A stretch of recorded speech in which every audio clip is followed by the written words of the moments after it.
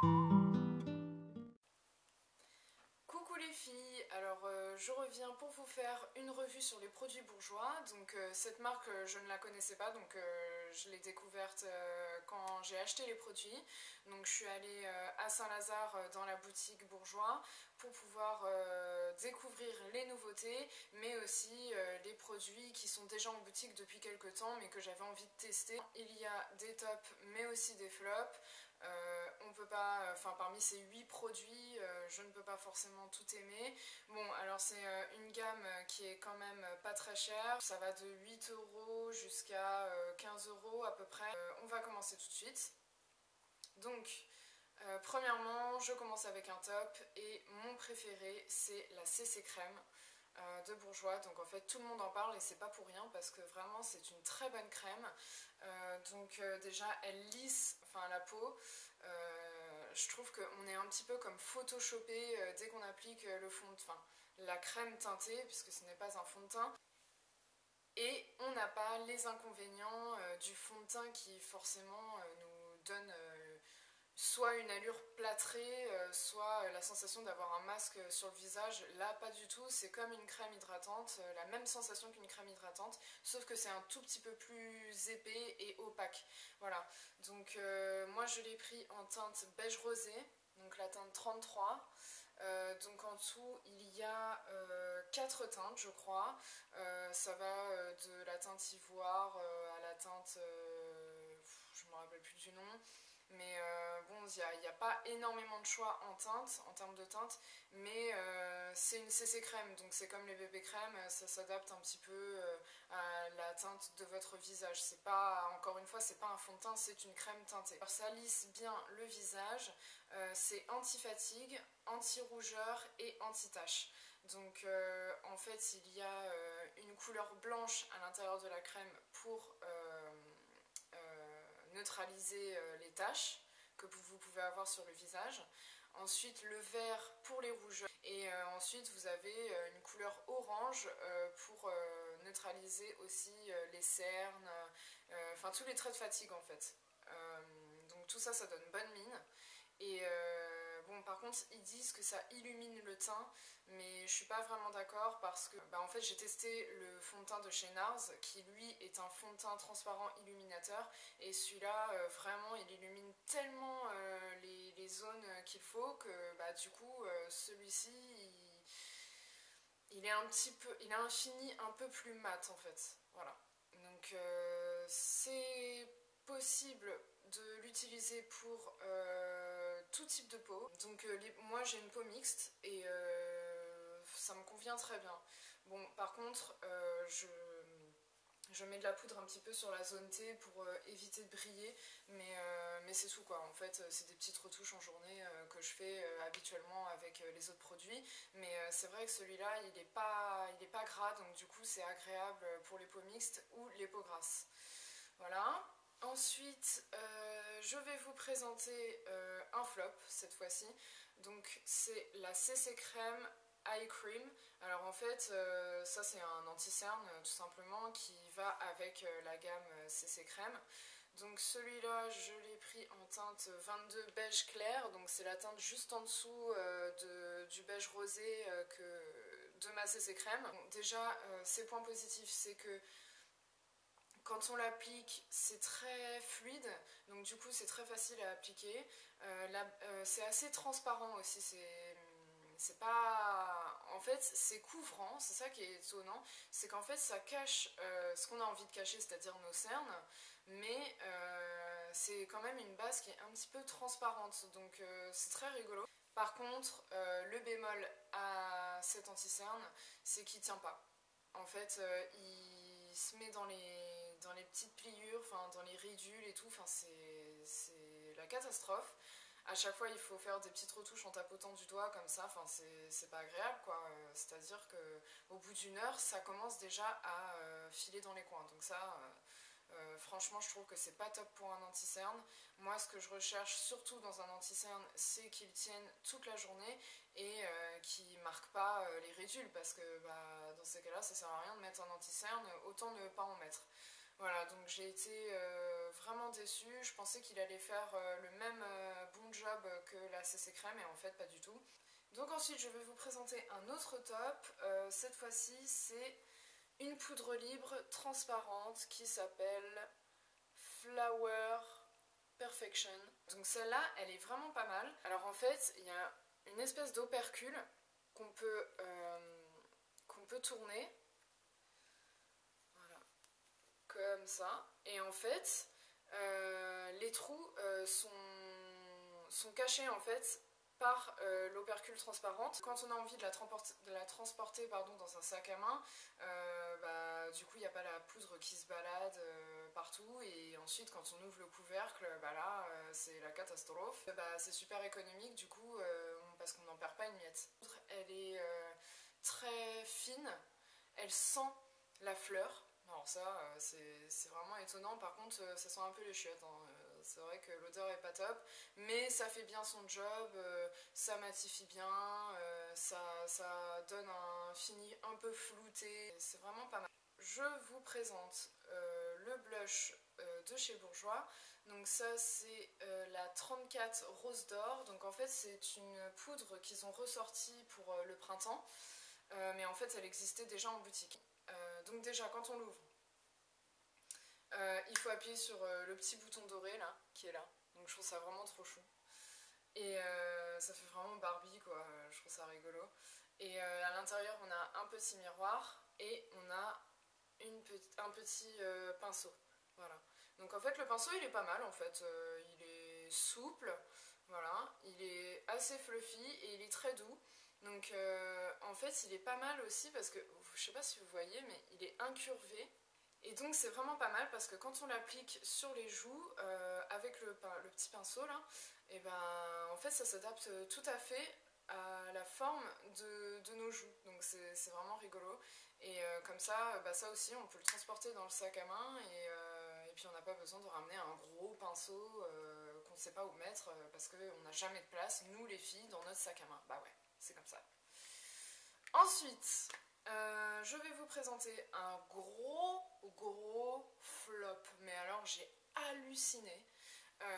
Donc c'est ceci. Alors en fait c'est un trio, donc c'est des fards à paupières, voilà, ça se présente comme ça. Donc il y a énormément de couleurs. Donc je me suis dit s'il y a autant de couleurs que ça c'est que ça doit se vendre, donc c'est que ça doit être bien. Et en fait non, carrément pas, j'ai été choquée. Il y a écrit Smoky Intense alors qu'en fait les couleurs ne sont pas du tout pigmentées. Donc en fait là vous avez un fard clair ici, vous avez un fard moyen et ensuite un fard crème. Et eux ils appellent ça un liner en fait parce que y a un petit pinceau qui est fourni avec. Je vais vous montrer. Voilà, donc en fait y a une petite mousse qui ne sert strictement à rien parce que c'est tellement petit que pour l'appliquer sur toute la paupière mobile, et bonjour. Et donc pour estomper c'est même pas la peine d'y penser. Et ensuite vous avez de l'autre côté comme un tout petit pinceau pour le liner, mais en fait le pinceau il est tellement dur qu'il fait super mal aux yeux, donc je sais pas, je vois pas l'intérêt, je trouve que c'est pas du tout pratique. Donc si vous y arrivez, franchement dites-le moi parce que moi je sais pas quoi, je sais pas comment faire. Donc quand on met la couleur sur le doigt, tout de suite on se dit waouh c'est magnifique, c'est hyper pigmenté et tout, mais non, parce qu'en fait l'étape suivante, c'est-à-dire de passer la couleur du doigt jusqu'à la paupière, et là c'est mort, ça ne marque plus du tout. Donc j'ai essayé avec un pinceau aussi, c'est la même catastrophe. En plus c'est très cher pour ce que c'est, ça coûte, j'ai mon petit ticket de caisse pour vous donner les prix, ça coûte 13,95 €, donc 14 € quoi, donc non, moi je suis pas d'accord. Il n'y a que ce fard crème qui est hyper pigmenté, lui il est pas mal pour, bon je l'ai pas encore testé pour mettre sur toute la paupière, mais peut-être qu'il pourrait faire une bonne base pour un smoky justement. Mais là vraiment ça le fait pas du tout. Donc il faut que j'essaie de trouver une manière de l'utiliser parce que je vais pas le jeter. Ou alors je vais le donner à un enfant qui a envie de rigoler et de se maquiller parce que ça lui convient très très bien, ça marque pas du tout. Par contre, vous avez à côté des fards individuels qui là sont très pigmentés. En fait, la vendeuse m'a montré. C'est vrai que là les fards ils sont vraiment puissants, donc ça a l'air pas mal et il y a beaucoup de couleurs, il y a beaucoup de choix de couleurs. Par contre ça n'y pensez même pas quoi, c'est même pas la peine. Je vais vous montrer un crayon. Alors lui il est pas mal du tout, donc ça s'appelle le Contour Clubbing Waterproof. Donc là je l'ai pris en teinte. Je l'ai pris en teinte 49 Crazy About Brown. Donc en fait c'est un marron qui est un petit peu... ouais, c'est couleur bronze quoi. Voilà. Je sais pas si vous voyez, il faut que je fasse ça pour que vous voyez bien. Voilà. Donc je vais vous faire un petit swatch sur la main. Je sais pas si vous allez voir grand chose. Mais il est vraiment pas mal, il tient très bien et il est vraiment waterproof. Voilà, très beau. En fait, il glisse très facilement. On peut le mettre dans la muqueuse, ça marque bien. Et on peut aussi l'utiliser pour la paupière et, je sais pas, estomper un petit peu. Et là, ça peut vous faire un fard à paupières. Donc, c'est pas mal. Ensuite, je vais vous montrer encore un flop, mais semi-flop. Alors, je vais vous expliquer pourquoi. C'est parce que en fait, donc ça c'est un mascara, c'est le Dark Kohl Beautiful Volume. Donc ça c'est une nouveauté qui est sortie il n'y a pas longtemps. Il y a une petite et une grosse boule et au bout vous avez des petits picots pour pouvoir attraper les cils du bas. Donc déjà il sent bon, ça sent le mascara de chez Bourjois quoi. Enfin ouais, ça c'est vrai que j'ai déjà acheté un mascara de chez Bourjois qui était très bien, qui s'appelait Volume Ultra Black, un truc comme ça. Et il était vraiment bien, il recourbait bien les cils et tout, vraiment pas mal. Mais alors celui-là, alors déjà il est hyper liquide, donc en fait c'est pour ça que je vous dis que peut-être qu'il a sa chance. Parce qu'en fait, les mascaras, à chaque fois que je les achète et que je les utilise pour la première fois, sauf pour les Maybelline, en fait, ils me font aucun effet parce que c'est trop liquide. Et du coup, moi j'aime bien les cils fournis et celui-là, il fait pas du tout de cils fournis. En fait, ce qu'il fait, c'est que comme c'est une brosse en silicone, ça sépare bien les cils. Avec cette brosse un petit peu spéciale qui vient de la planète Schlüt, en fait il attrape bien les cils, mais le problème c'est que ça fait pas du tout des cils fournis et moi c'est vraiment ce que je préfère. Les cils qui font des pattes de mouche, moi je m'en fous, en fait c'est ce que j'aime, et lui pas du tout. En fait avec ce mascara on a l'apparence de cils noirs naturels. Donc pour ceux qui aiment bien tout ce qui est naturel, c'est très bien.